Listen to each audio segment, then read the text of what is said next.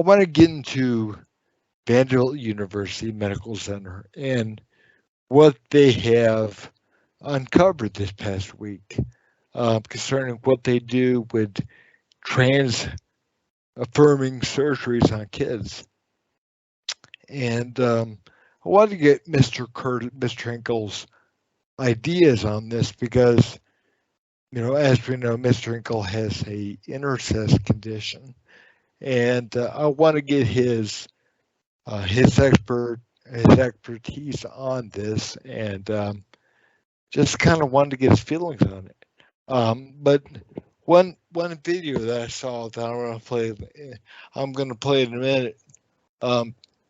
Shows a Dr. Shane Taylor, who was speaking about how much money they make off of these operations, and it's concerning to me, at least, to see how much money they're making, and it appears that they're putting the financial incentives from doing this in front of the welfare of the patient. But again, I want to see Curtis, what you had to say, and kind of your thoughts on this stuff from your expertise and in the intersex community. Well, the organization that I founded around 20 years ago, I started, we have become a worldwide organization. I'm no longer very active in it. I was active during the first 10, 15 years. What we do is we speak with parents to try to get them to understand that until the child is old enough to make an informed decision to delay any treatments. Intersex children have been subjected to all of these different type of treatments starting in infancy. And this has been going on for over 50 years. Yep. So our activism can almost be seen as a mirror image of the trans activism, which is fighting for intervention. Right. We're fighting to try to stop as much of the intervention on intersex kids as we can, because we feel like it's better that the child be able to be involved in the process to make an informed consent. Right. And in the case of intersex children, we're talking about children that have a physical difference that could be very stigmatizing to the child, and because of the way society is. And Right. if your body is very different, it doesn't fit neatly into male or female, it can cause a lot of stress to the child as they're growing up. So we're not trying to stop all intervention, but you want to delay doing any type of permanent changes to the child until you're sure that that's what the child wants, because you can damage the nerves which connect the genitals to the brain, and they can lose a lot of their sexual feelings. Many intersex people have reported this to me over the years. You can also make a wrong decision as to the gender. That doesn't happen as much as you might think it does, but it does happen. Right here in South Right. Carolina, there's a young boy who, when he was uh, in a foster care, and when he was born, they amputated what they considered his enlarged clitoris. And what a lot of people don't understand, the clitoris and the penis are the same tissue. So since they felt he was a girl, they amputated it. Well, Yep. now we have a young boy who doesn't have a penis. This was done when he was an infant. these type of interventions can be irreversible. Right. And we feel that it's better to wait until the child can have some input. Right. It's tragic when you think of a young boy who's going to have to live without a penis. Yep. Yep. Now, when you talk about trans kids, I don't know that a trans kid who's born in a perfect male or female body, how they are being allowed to make changes to this healthy body at the age that we're talking about, in their teens, because some of these changes are irreversible. And also, I think they're too young to know that they definitely are going to want to stay living in that gender. Because they're not going to change their sex. What they're doing is they're changing their gender presentation. Well, they may decide that that's not what they really wanted. They could be reacting to pressure just from feeling like they don't fit in. Right. And as they mature, they could become more comfortable in their own body at birth. There are a lot of things when you're a teenager, you're just waking up to your own sexuality. Right. And this is a very dangerous time, I think, to start blocking their development. And I feel like that these hormone blockers, we don't know what the long-term effects of these are going to be on these children because it's totally experimental. We do know that Lupron has been sued for millions of dollars for damage that they've done. And they've been fined for lying to the authorities, the health authorities. I wouldn't trust my child being put on these. And plus, you're blocking their natural development.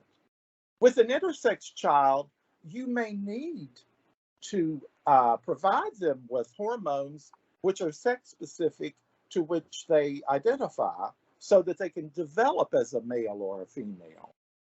And we're all in favor of that. But that's a very different issue. What you're doing is you're helping a normal process, which because of the intersex variation cannot go forward. So you're helping them in the long run develop into the sex that they feel. Plus, you're helping them with their overall growth in, as far as bone density and muscle mass. These are things that they need. Right. But with trans kids, you're talking about stunting this. You're stopping it. And, children need to develop their bones during this stage of life, and they need to develop their muscle mass. Also, it can affect the size of the genitals, and it can make the boys impotent. So, these are drastic changes to let a child decide. I just don't feel like that this is healthy. And I can't understand adults that want to do this without considering how damaging it can be. And I maintain there will be a lot of children that, when they grow up are going to be very hurt by these interventions at such an early age. Because I feel like a teenager is still trying to develop a sexual identity. Yep. Yeah, just how I want to get your perspective on this, and I wanted to get your thoughts on, these clinics like Vanderbilt University Medical Center. And again, this past week it was uncovered that I guess they had it in full view. They were saying, out in the open, they do these surgeries, they do these interventions. They start, I think, have it written down here, at age 13, for hormone blockers and hormone therapy. And at 16, you can receive actual operations. And Oh, that's tragic. I just, I worry. Like one thing they make a lot of money on is mastectomies, and you would think to yourself, a 16-year-old girl having that done, is she emotionally old enough to emotionally mature enough to realize what she's doing, what she's giving up? Because let's be honest, there's no way back. You can't get back. You can't go backwards on this stuff. And again, I know you had daughters and a granddaughter, and and you kind of look at them, you kind of think to yourself, obviously I'm not a woman, but I can empathize. I can think about this, like, man, so my daughter's young. She'll be 9, but so my daughter in what 6, 7 years, you know, is she able to make that kind of decision? Because obviously, again, I wasn't a girl, but when I was 16 as a boy, I mean, I couldn't imagine making any kind of choice to being mature enough to make any kind of choice on that kind of level. And and again, we can't go back on this stuff, so they can't go backwards and say, okay, I want my breast back now, a year, 2 years, 10 years later. And what are they giving up as far as like? Oh, here's the issue. Uh, Once your breasts are removed, are you ever going to, if you decided you wanted them back through cosmetic surgery, are you ever going to get the sensations back? No. A big part of sexual feeling in females is connected to the breasts, and what this is irreversible, and the girl who identifies as a boy, I would recommend binders. Right. There are very good binders. Uh, uh, I know. At one time I was going to have my breast tissue removed, and Right. here's one thing. As an intersex person, the particular condition I have, I can't have children, and this is true of a lot of intersex people. Right. I couldn't have children, but I was married to a woman who had children, and I helped raise them, and that was a beautiful, one of the most meaningful and richest experiences in my life. Right. And I wish so much I could have had children. And it's sad when you see these young teenagers who are changing their body to such a degree that they may never be able to have children, Yep. and they don't know they may want that, and Yep. it leaves a emptiness within you when you can't have children and you want a child. It's Yep. a I think it's, for most people, it's almost instinctual to want to reproduce. Oh, right. And these children, if they go all the way with these operations, they will permanently be denied the ability to have children. Right. And you know, I, I talked with my wife about, you know, I wanted to have all of my breast tissue removed, Right. and she passed on. I was so blessed to have found the woman that I married. Right. She loved me for me. And, she said, are you doing this because you want to do it? Or are you doing this because you think this is what society Yeah. accepts? And see, she said, when you wear your binder, nobody can tell anything. Yep. Yep. And, I said, you're right. I'm just doing this because I feel like that it would make me more of a man. And Right. it's not going to make me more of a man. And you've known me for 20 years. the binder works just fine. You're not going to know it. I mean, so this is what I would recommend to these young girls is to buy good binders, and Okay. don't lose a part of your body that one someday you may want, and a part of your body which has a lot of sensitive nerves and tissue connected with it. Yep. You're too early. It's so sad to see girls that want to permanently remove their breasts at such a young age when there's no real medical reason. That they Yep. don't have cancer. It's healthy tissue. It's it's hard for me to understand that a medical university would be doing this. Right. I think that's the big thing is that we look at why are they doing this? We got to understand there's a reason why. Are they truly trying to help people, or Hmm. are they looking at their bottom line? And I believe, um, like we found out this week, they're looking at their bottom line. I mean, if like for a phalloplasty, like for getting creating a penis out of skin from your arm or from a leg, they said with I think the woman said with follow-up appointments and consultations and and the surgery, the hospital say everything included. It's like they expect to receive 100 grand off Hmm. of that being done. And in the video I'm going to show in a bit, um, shows her name is Dr. Shane Taylor.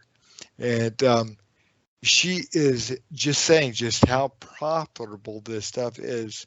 And just off of, I think, phalloplasties and I think or vaginoplasties, they can run entire clinics just off of those surgeries alone.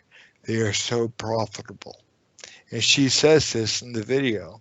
And, so you kind of think, are so many families are going to these doctors to get help. And you kind of wonder what are they walking into because hospitals like Vanderbilt University Medical Center, they employ trans activists who sit in with the doctors and the patients on the consultations. So you wonder just, of course, we know the profit, and we know the money they're making off this stuff. So it seems to me they're pushing people in that direction. And if you're pushing people in that direction, if that's your goal, if that's what your goal is, if money is your goal, then how can helping patients be your goal? Helping helping these families and their kids, because they're looking for these doctors to help them make informed decisions about their bodies. And it seems to me it's already slanted in one direction. Well, And to me, there's a conflict of interest uh, between the amount of money you can make right, and the desperate situation that the young child finds him or herself in. yep, It's, you know, and plus, if you have the trans activists there, that to me tells me everything I need to know. yep. That was my thing right there. When they're talking about how much money they make, and that they could run an entire clinic just on a couple procedures, um, and then they're kind of pushing what they're pushing, and Hmm. you have trans activists sitting in on the consultations that tells like you said, that tells you what you need to know right there. And and how sad that is, because so many of these parents are upset and these kids are confused and they're upset and they're going to these doctors to get help. Mm-hmm. and these doctors are funneling them into a direction. And And I can't imagine that phalloplasties can work that well. yeah, I just don't think you can make a human penis that to I'm sorry, I just don't think you can do that. I feel like that's going to cause a lot. I feel like that there are a lot of problems that could be associated with that. yeah, And of course, there can be a lot of problems associated with having uh, a vaginoplasty because any hole in your body that's not natural is going to start closing because right, the mind thinks it's a wound. all right. So you're going to have You to were telling me lubricate about that that. every day. You're going to have to go through exercises to make sure that you keep it enlarged. I know Right, many intersex children, they'd have to take this metal, it's like a big corkscrew, and turn it in the vagina to make sure that it gradually enlarges, and you'd have to lubricate it to keep it from growing back together. And you're going to be subject to a lot of infections, um, and it's going to be a lifelong process to keep that healthy. right, And I don't think that, and if you have a trans person there, I don't think most trans people are going to, uh, recommend not having these procedures. right, It sounds right. like that they are going to be there to sell it. Yep, So to me, there's a conflict of interest. yep. I think that they're wanting to make sure that once the child gets in there, they're going to sell them all of these treatments. These goods, yeah. And I think to myself, not only do you have trans activists in there, not only are they kind of moving you into a particular direction, I mean, but if you question any of this stuff, if you Mm-hmm. say, like you and I, if you say, what are you doing? Why are you doing this?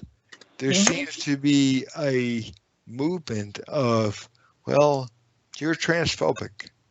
It's like, no, we're not transphobic. I, I disagree with operations for kids and probably even adults. I mean, adults can do what they want if they have the money, but um, it's for the most part, I would think there's something going on there even with an adult.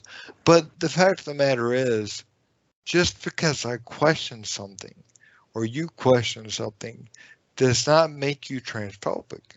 I have no problem with And trans people. I've gotten to the point you can't have discussions now with a lot of people on the left Yep. because they start name calling.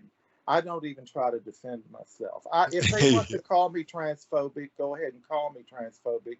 What I'm interested in is making sure that children are not permanently damaged. Yep. If that's transphobic, fine. Well, I said the reason I want to talk to you about this is because that was your whole platform with intersex rights. Do With only what's medically necessary. right. Or Yep. for, and other than that, make sure that if you do something, that the child really knows what the effects will be, right. Yep. and do it.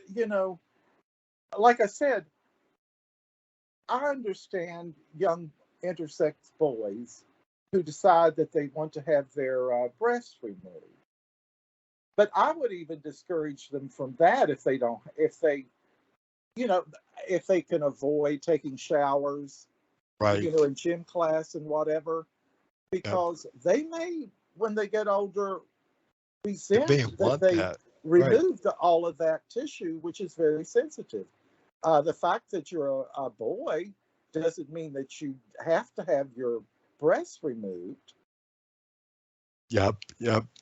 You know, Uh, I feel like that many in the trans community are not in, they have a narrow definition of what a man or a woman is. Yep. Yep. And they're, they're all kind, and I feel like it's easy to talk a young teenager into these stereotypes and make them start questioning their gender.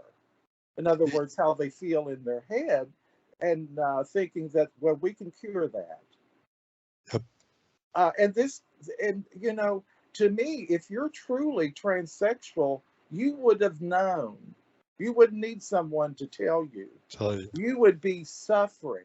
And I feel like a lot of this comes across as people playing. Yeah, I mean, true body dysmorphia, you gender dysmorphia, you suffer. From what I've read on this, you truly suffer. You can't. It almost pains you to see yourself in that body. And I don't know if I recommend operations, but the fact of the matter is that's very few. And we're not talking about the same thing. And I think we're talking about now is people like, I think you said earlier, about a 4,000% uptick in the last so many years. And that cannot be true. Right. You can't all of a sudden wake up and, there are 4,000% more girls that feel like they should be boys. That's just so... Because that's what the majority of it is. And I don't believe that they're truly transsexual. Yep. I just don't believe that. I feel like they're being put under pressure, and there are so many body image issues that girls go through as they're maturing. It's kind of a trap. It's kind of a trap because I feel in a lot of ways girls more well, boys too, but girls more so, I think, in some ways are, well, I mean, the reason why women wear makeup, there's a kind of an innate, they want to make sure they look good. They want to make sure they present themselves well. And we have whole industries that profit off the fact that they don't think they look good. They need foundation, they need lipstick, they need eyeshadow, they need whatever. And so it's very easy to push these notions on these girls in a lot of ways. Right. And the nice thing about lipstick is you can wipe it off in the morning or at night. Yep. Once you have your breasts removed, they you can't reattach them. Yeah, you can't. Yep. So I feel like that I would recommend the surgery for real transsexuals once they're adults. Right. Because the true transsexuals that I have known really are often suicidal from because the dysphoria is so great that their life is just hell. But that's few and far between. This transgender movement seems to be piggybacking on the transsexual movement. And I see the two as two different things. I do not see transgender the same thing as transsexual. I see transsexualism as a real serious condition that needs treatment. But I don't feel like that should start even in childhood. Right. Yep. But playing around with children who haven't formed a solid gender identity to begin with, you're messing with fire. And a sexual identity to begin with, to me is insanity. Yep. Yeah, how many kids are going to grow up in 10 years down the road, 15 years down the road, are going to be saying, why'd you let me go through this? Why, what's going on? Why can I feel this? Why can I, I don't like who I am. I've lost myself in this process. Who am I? And I think as parents we got to stand up and say, you know what, when you're 13, 14, 15, 16, you have no idea what the future is going to bring. Mm-hmm. You have no idea who you are at this point. You know, a lot of adults that are 25, 30 still don't know who they are. That's right. And, you know, when you're a young adult, you know, you really don't start feeling yourself, at least, I mean, really, even for me, until your late 30s or early 40s, you really start kind of feeling out who you are. And, Right. you know, so, but letting a kid, um, and of course, if you go to a doctor, the doctor is pushed now to affirm whatever condition that you say you have. And you know, it's quite different from what um, I was brought up around, and I'm sure you were brought up around. But Is mhm. go ahead. Well, something I want to add here. I feel like it's important to affirm a child's natural inclination towards uh, gender atypical behavior. If a Yep. boy likes feminine things, you should not shame the boy. You Right. should you should help him develop that so that he can uh, flourish. Yep. If he likes dance and he has talent, help him. Help him in that. If he's in, all of, there's nothing wrong with feminine boys or masculine girls. That doesn't mean, but don't discourage that. Now, I think Right. that's a mistake that some parents make. They feel like that boys have to be this way and girls have to be this way. That I feel like you should affirm their natural inclinations I and see and exactly help them what you're saying. develop their talents where they are. Right.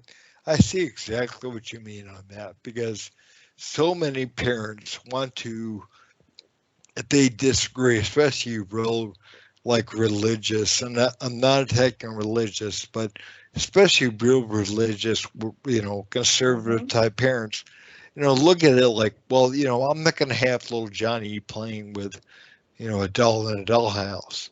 Hmm. And so you push your child that you can't play with that. And it's like, Hmm. well, if they want to, well, then that's what they want to play with.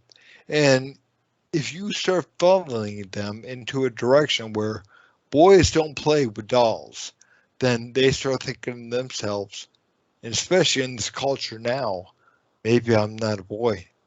Maybe I'm a girl in a boy's body, That's and I exactly right, need to because it's all out change. there now. Things Yep, that things that boys wouldn't have thought about or girls wouldn't have thought about 30 years ago, yep, because they didn't have the internet and all of these trans activists, uh, is out there, and they're going to yep, see it. So that if you start shaming the child, you yep. could be actually pushing them to where they feel like, well, I guess I need to just change my body. Then Right. maybe people will love me.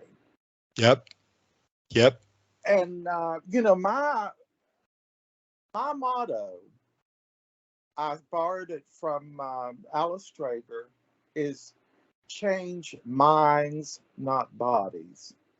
yep. That's That's a where we need to beautiful statement. start, is help people enlarge their vision of what men are and what women are. That's a beautiful statement. I mean, it really is. And And it's a profound, it's simple, but it's profound. If you think about it, it's the whole idea of when you have kids, you're raising kids, the whole idea is to cultivate within them an idea that they are fine the way they are. right.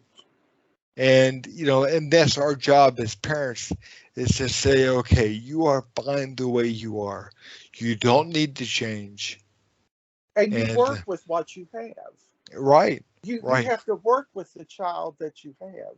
yep, And yep, I think too many parents, they want to force a child into a mold that, see, to me, you can mutilate a child's soul.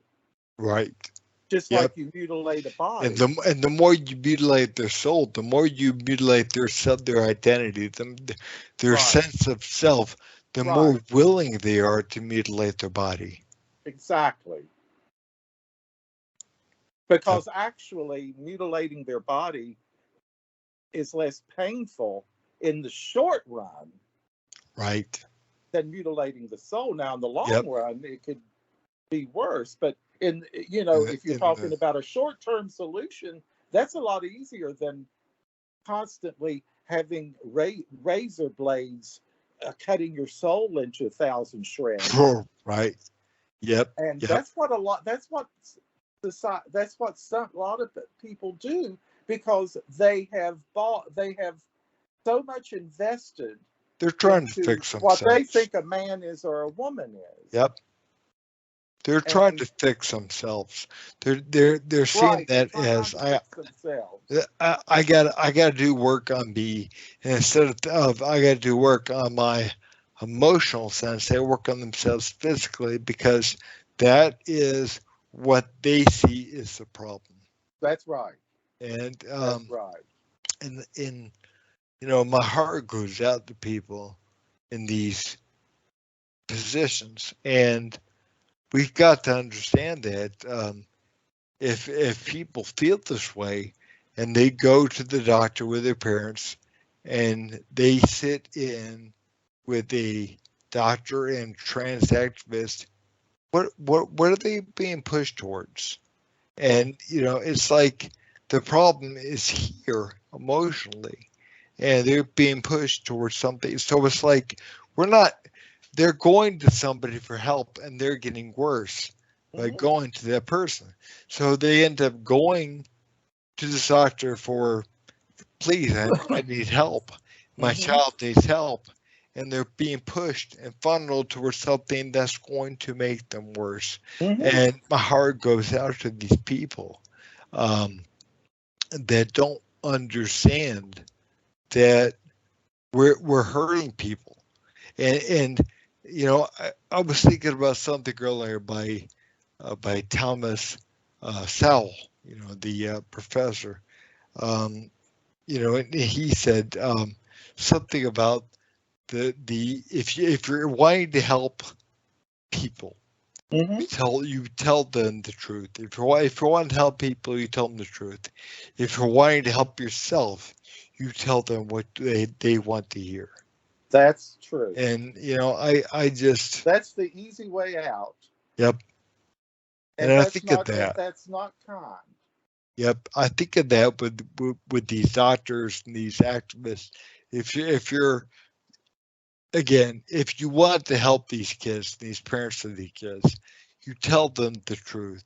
You Mhm. you you don't start cutting things up and whatever. You tell them the truth about something, and if and since you're pushing them in the direction that you think they ought to go, that's more profitable for you and your hospital.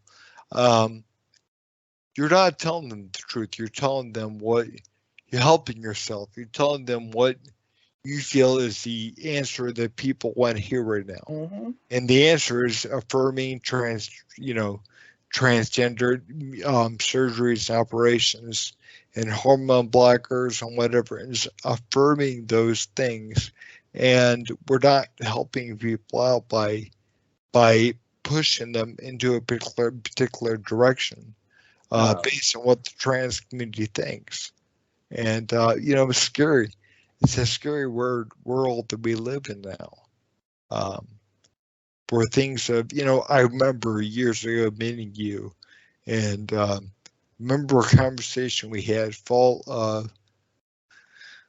I think it was 2001. It was shortly after I met you, and Mhm. you were talking about, one of the things that I think you were doing some kind of work with the ISNA Mhm. was that, and you talked to me about, and of course I didn't quite understand this. You were the first intersex person I met, and you were telling me that yeah, we want to have doctors realize that the operations and procedures they're wanting to do on these kids, they're doing it way too young, and they're doing things that are to quote unquote normalize kids, intersex kids, but it's not really normalizing them. It's making them look a certain way that's more presentable, maybe without their clothes on. And it's not helping that person understand themselves better. It's chopping up that person so they appear better. So again, we're not actually helping that person. We're just making them appear better. And the problem is you can appear better, but you can lose practically all of your sexual feelings. And people, if someone loves you, the fact that your body's slightly different, if they really love you, they'll be able to work through that with you. Right. Yep. Another quote by Thomas Sowell that I just thought about, just came to me, was he said something to the fact of putting the decisions in the hand. It's stupid, he said, to put decisions in the hands of those that don't have to worry about if those decisions are wrong. They don't have to face the consequences of that. And I think of that quite a bit with the doctors. It's like if they're wrong, the doctors walk away from this.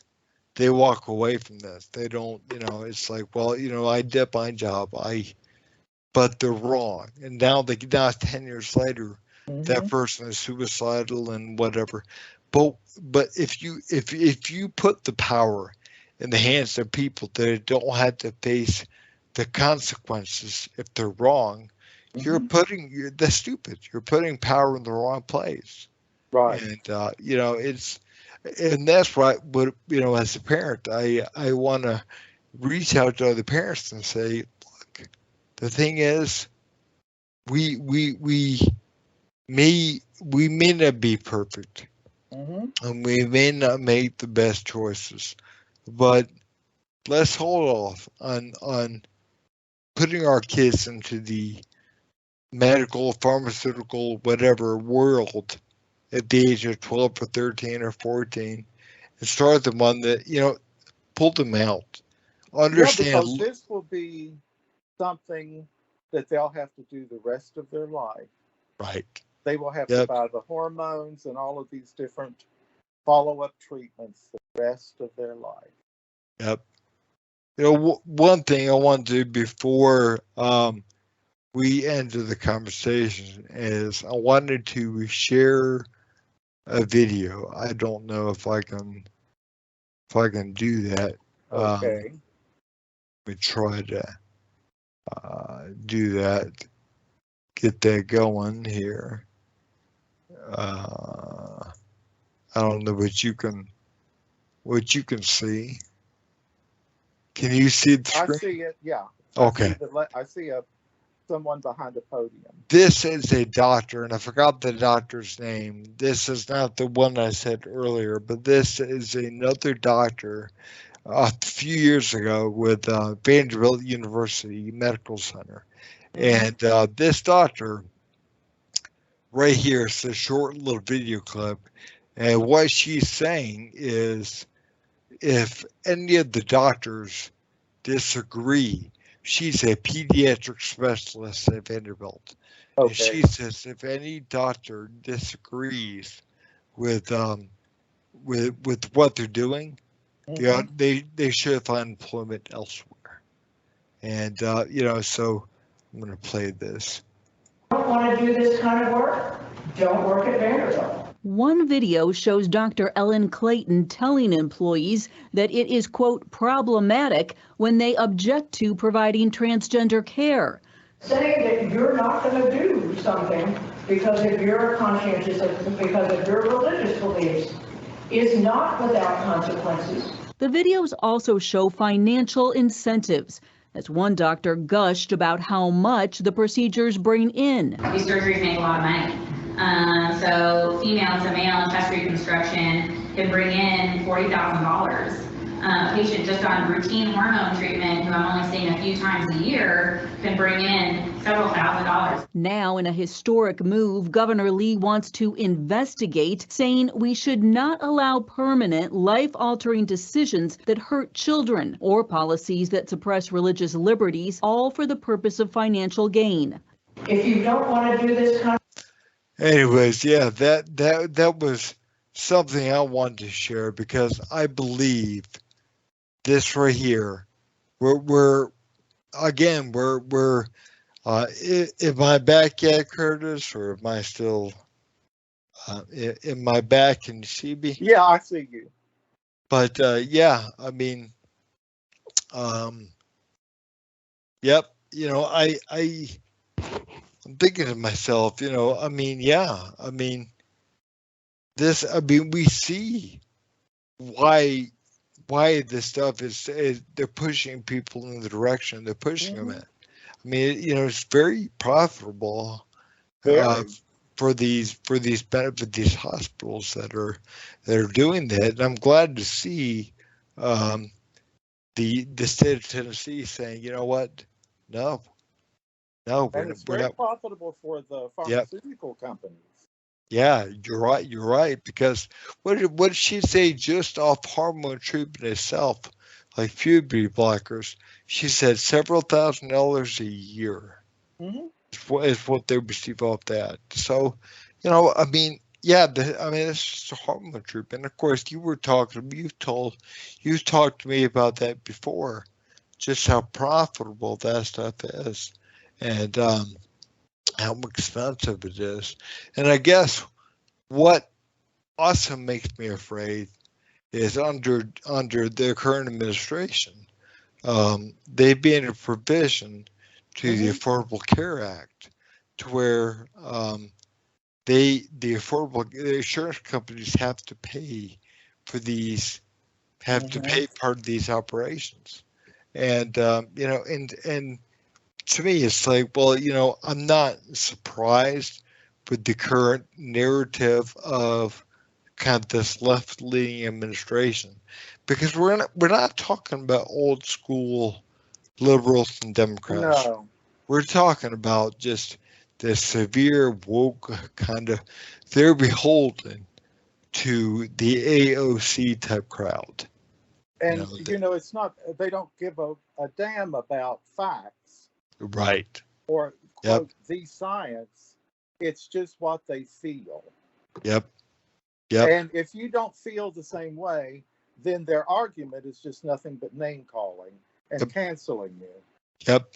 Yeah, I heard somebody this morning, I was watching a video where somebody this morning was talking about that people that are conservative in their values are dumb and uneducated and whatever. And it's like, honey, I was watching the video and I was thinking to myself, you're 20, 21, doing 2 years old. Yeah.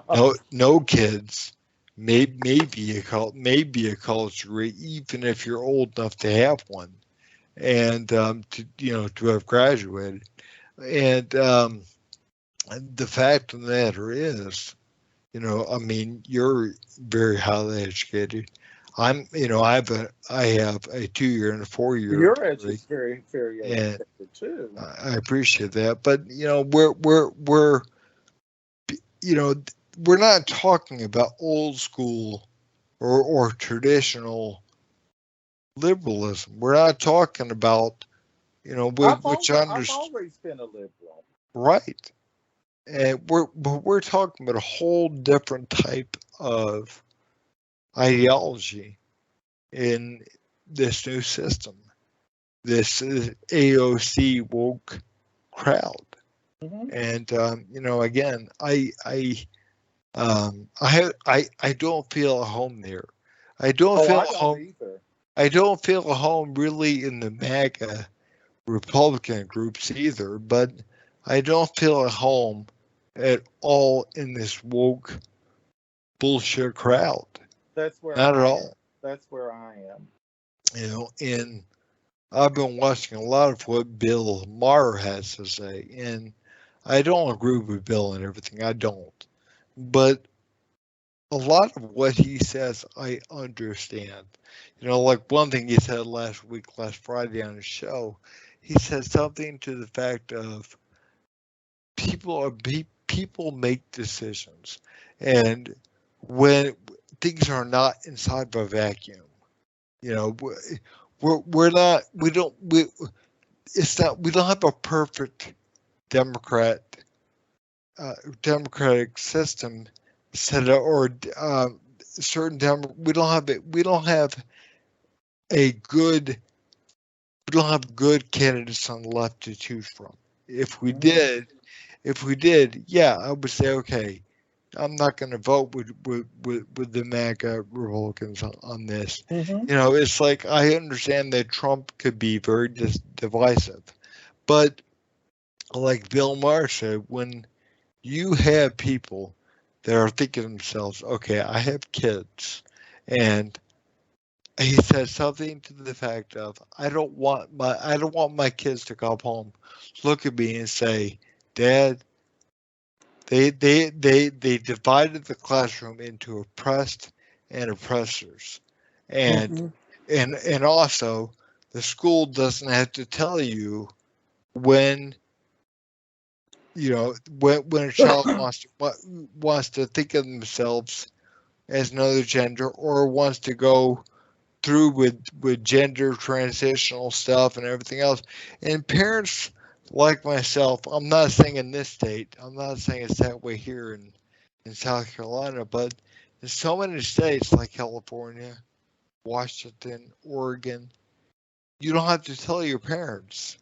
And um, the school system in those states, they allow, they don't have to tell parents of minor children when kids are looking at having this kind of stuff done.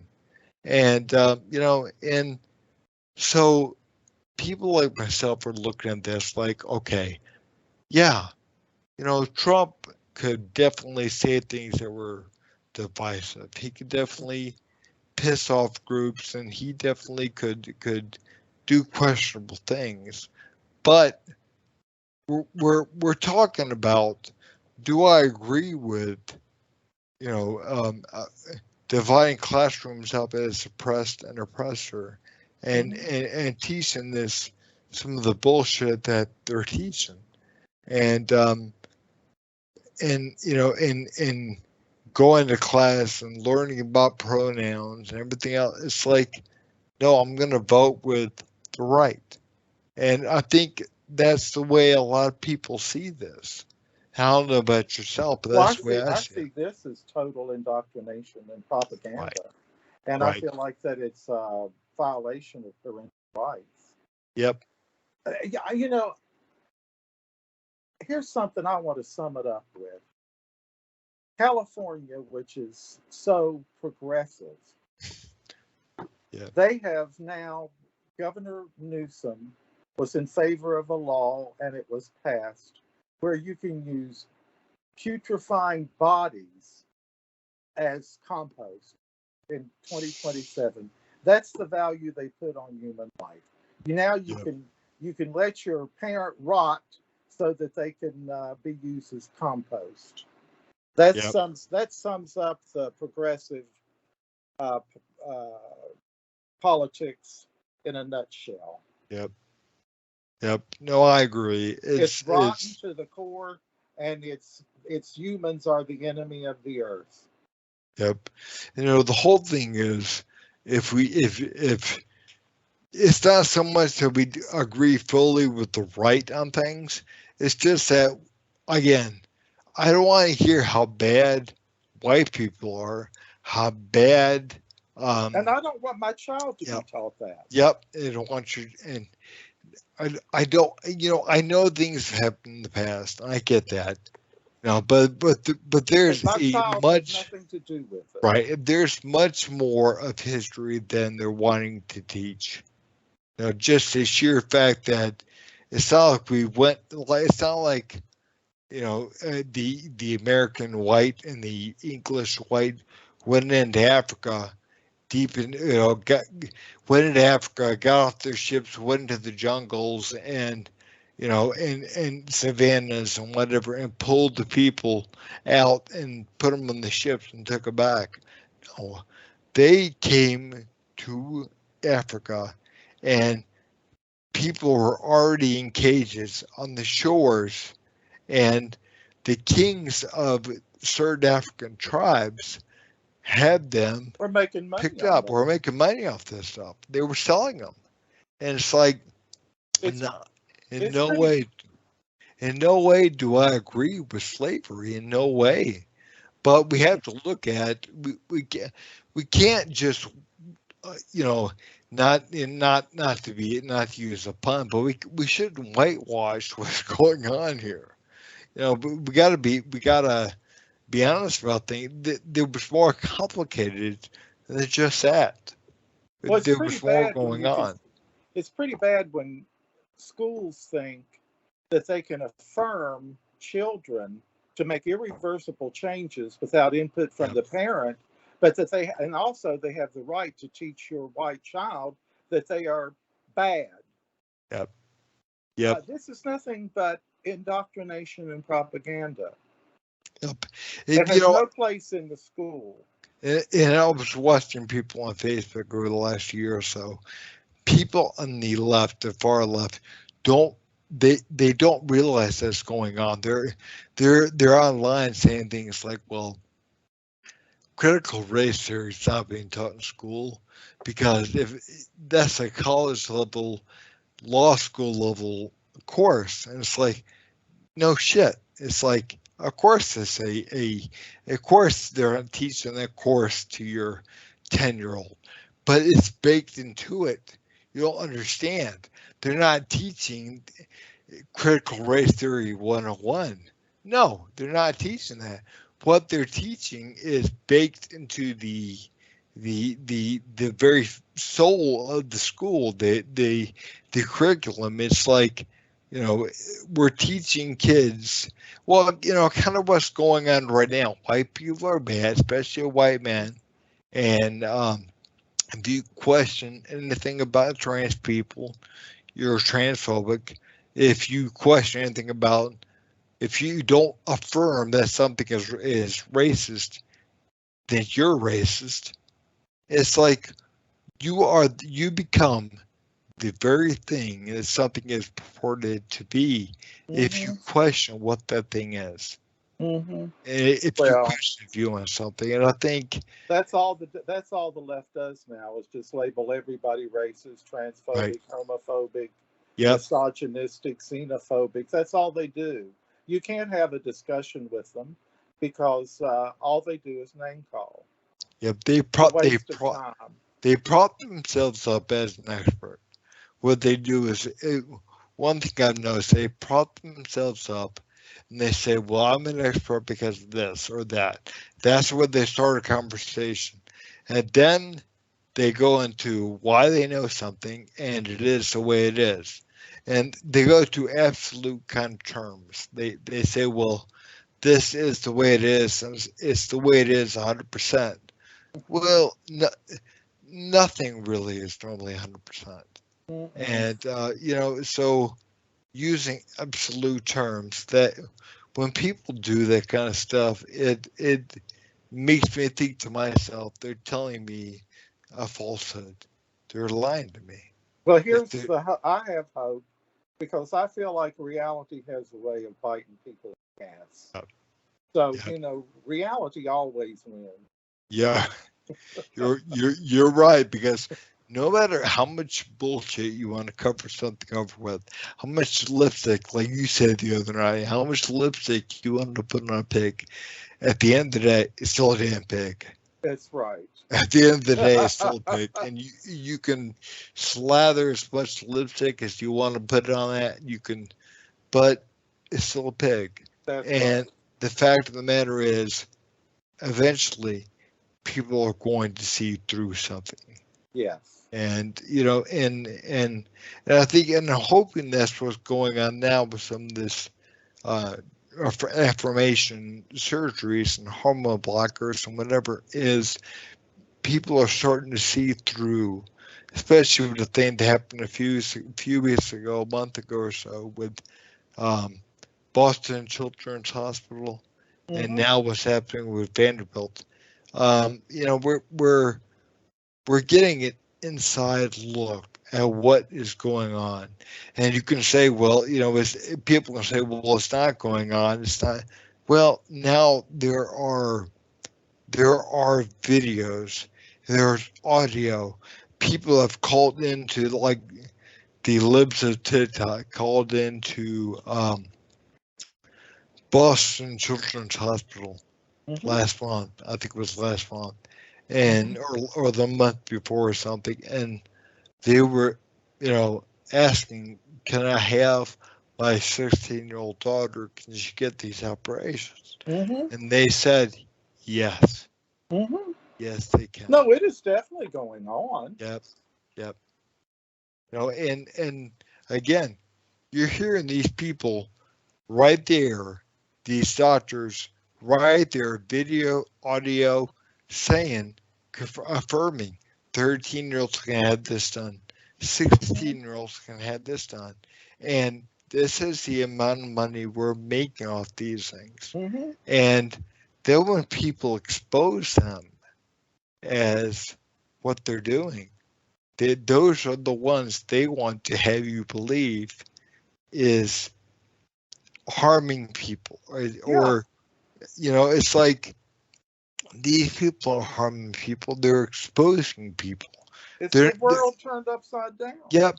It's like you can't call them, you can't say, okay, you're what you're doing to me is I could be threatened by what you're exposing. I'm exposing what you're doing. Maybe you ought to stop doing what you're doing instead of getting mad at me for exposing it. That's right. It's like, people that abuse kids, maybe you ought to stop abusing kids. That would solve the problem. Right. That would stop abusing kids, and you don't have to worry about being threatened. That's right. It's like, but anyways, buddy, I really, we got about an hour in. I really appreciate you. Oh, I thank you talking so much. to me about this. I appreciate our time together.